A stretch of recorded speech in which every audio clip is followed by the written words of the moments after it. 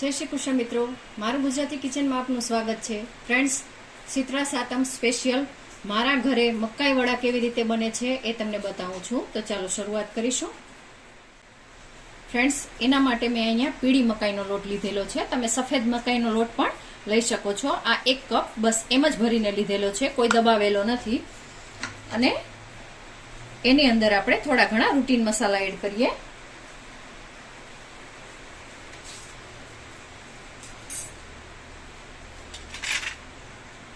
આ 1 મોટી ચમચી ભરી અને આદુ મરચાની પેસ્ટ લીધેલી છે. તમને મરચા કટકી કરી અને ગમે તો તમે એ પણ એડ કરી શકો છો. ½ ટીસ્પૂન જેટલો અજમો લીધેલો છે, જેને આપણે હાથથી ચોળી અને એડ કરીશું. સાથે જ અહીંયા ½ ટીસ્પૂન મરી પાવડર લીધેલો છે. તમને ન ગમતી વસ્તુ તમે અવોઇડ પણ કરી શકો છો. અહીંયા 1/4 ટીસ્પૂન જેટલી વરિયાળી અને 1/4 ટીસ્પૂન આખા ધાણા છે, એને મેં હાફ ક્રશ કરેલા છે, એ પણ લઉં છું. અને સાથે જ અહીંયા 1 ટીસ્પૂન ફૂલ ભરી અને તલ લીધેલા છે. આ ધાણા ભાજી લીધેલી છે, 2 ટેબલ સ્પૂન જેટલી છે.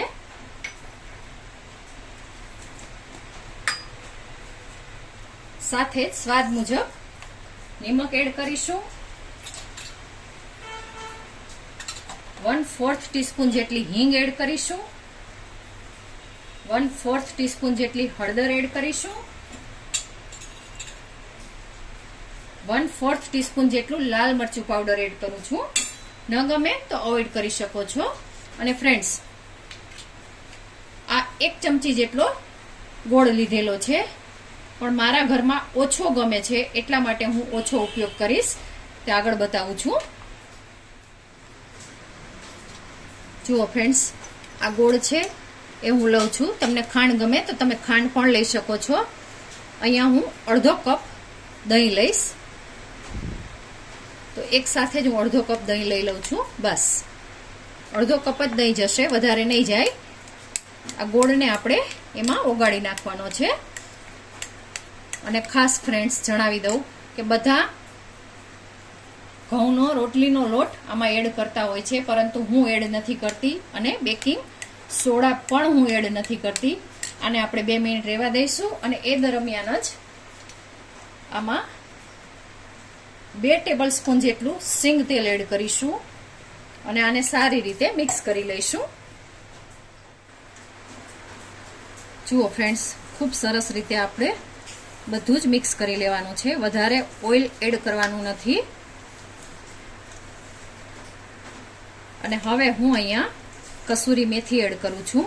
ફ્રેન્ડ્સ, ન ગમે તો અવોઇડ કરી શકો છો. 1 ચમચી જેટલી કસૂરી મેથી એડ કરું છું. અને જો તમારે બહાર ગામ લઈ જવા હોય તો ખાલી કસૂરી મેથી એડ કરી અને તમે લઈ જશો તો 5 થી 6 દિવસ આ વડા છે એ એવા જ રહેશે. ત્યારે ધાણા ભાજી એડ કરવાની નથી. અને ધાણા ભાજી વાળા વડા પણ 3 દિવસ તો ખૂબ જ સારા રહે છે. બસ હવે આ દહીં છે એ બધું જ આપણે એડ કરી દઈશું.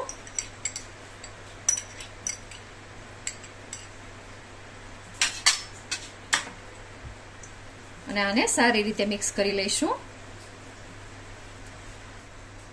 જુઓ ફ્રેન્ડ્સ, સરસ એવો આપણો આ કણેક તૈયાર થઈ છે. પરંતુ મને એવું લાગે છે કે 1 ટીસ્પૂન પાણીની જરૂર છે. તમે દહીં પણ એડ કરી શકો છો, અથવા તો બસ આ દહીંવાળી વાટકી છે એમાં જ આપણે થોડું પાણી એડ કરી દઈશું.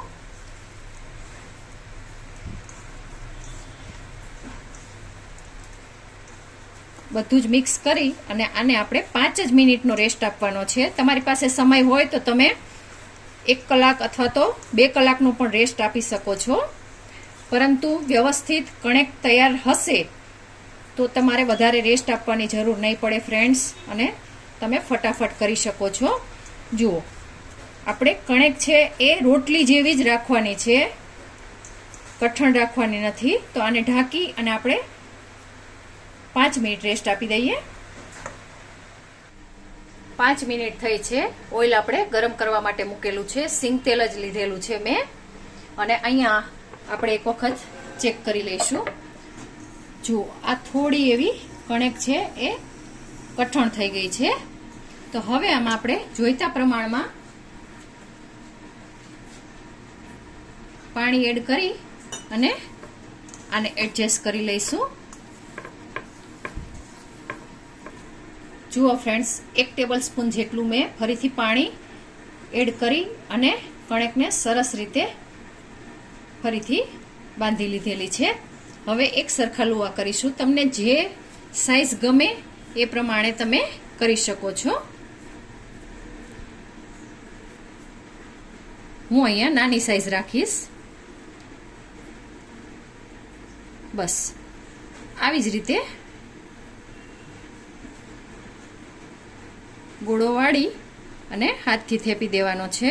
અને ખાસ ફ્રેન્ડ્સ, તમને આવી રીતે ન ફાવે, એક સરખો તમારે ન વળે તો એક ભીનો રૂમાલ કરી અને એની ઉપર તમારે કોઈ પણ વાટકી કે ગ્લાસને પ્રેસ કરી દેશો તો પણ ખૂબ સરસ રીતે તૈયાર થઈ જશે. બસ હું નાની સાઈઝ બનાવું છું. તમને મોટા ગમે તો તમે મોટા પણ બનાવી શકો છો. જુઓ, ફટાફટ તૈયાર થાય છે અને એકદમ પાતળા નથી કરવાના, એ વાતનું ધ્યાન રાખવાનું છે. જુઓ, આપણે આટલા જાડા રાખેલા છે અને ખૂબ સરસ રિઝલ્ટ આવે છે. લોટ તમે કઠણ બાંધશો તો આનું રિઝલ્ટ એટલું સારું નહીં આવે અને ગમે એટલો રેસ્ટ આપશો તો પણ રિઝલ્ટ સારું નહીં આવે. આ 5 જ મિનિટના રેસ્ટમાં ખૂબ જ સરસ એવા તૈયાર થશે. એટલા માટે જ ખાસ કહું છું કે કણેક છે એ તમારે બાંધવા માટે ઢીલી રાખવાની છે અને ખૂબ સરસ એવા બધા જ તૈયાર થાય છે. તો ઓઇલ ગરમ થાય પછી આપણે આગળની પ્રોસેસ કરીએ. જુઓ ફ્રેન્ડ્સ, હવે આપણે અંદર તલ છે એ ઇનફ જ નાખેલા છે. તમને ગમે તો તમે ઉપર તલ અથવા તો ચીલી ફ્લેક્સ છાંટી શકો છો. હું અત્યારે આવી જ રીતે બનાવું છું અને આપણું ઓઇલ પણ સરસ એવું ગરમ થઈ ગયું છે. તો બસ આવી જ રીતે બધા જ વડા છે એને મૂકી દેવાના છે અને ખાસ ફ્રેન્ડ્સ, મીડિયમ તાપે જ તળવાના છે. એકદમ ધીમો તાપ પણ નથી રાખવાનો. એ વાતનું આપણે ખાસ ધ્યાન રાખીશું.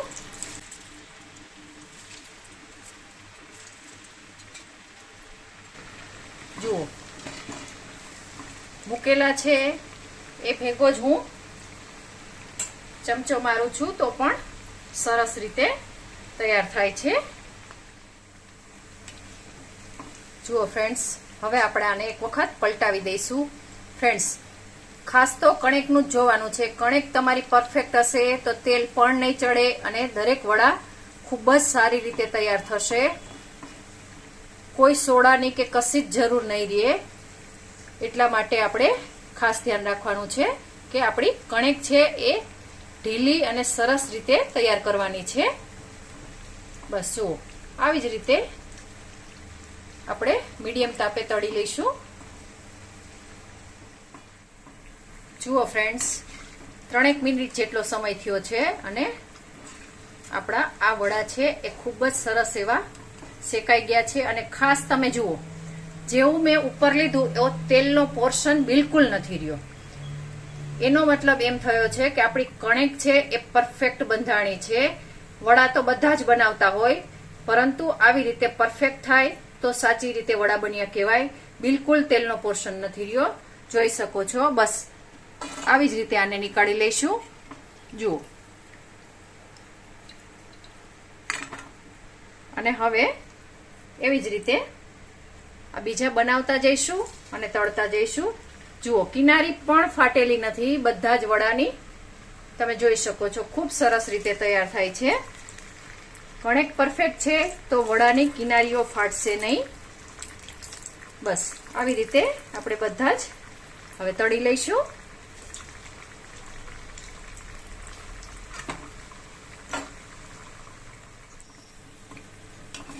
જુઓ ફ્રેન્ડ્સ, આ પણ ખૂબ સરસ રીતે તૈયાર થઈ ગયા છે અને તમે જોઈ શકો છો કે વડા છે એ સારી રીતે ફૂલ્યા છે. બધા જ વડા આવી રીતે ફૂલે છે. જુઓ, કોઈ પણ વડું ઉઠાવીને જુઓ, ખૂબ સરસ રીતે ફૂલે છે. તો આને પણ આપણે હવે નીકાળી લઈશું અને બધા જ આવી રીતે તૈયાર કરી લઈશું. ફ્રેન્ડ્સ, તો તૈયાર છે આપણા ખૂબ સરસ એવા મકાઈના વડા, જેને તમે ગ્રીન ચટણી અને દહીં સાથે સર્વ કરી શકો છો. એકદમ ઉપરથી ક્રિસ્પી છે, બધા જ સરસ એવા ફૂલી ગયેલા છે જુઓ, અને અંદરથી પણ તમે ટેક્સચર જોઈ શકો છો. એકદમ સરસ રીતે આપણા દરેક વડા તૈયાર થયા છે. તો ફ્રેન્ડ્સ, તમને મારી આ રેસીપી પસંદ પડી હોય તો મારી ચેનલને લાઈક, શેર અને સબસ્ક્રાઇબ ચોક્કસથી કરજો. આભાર મિત્રો. જય શ્રી કૃષ્ણ.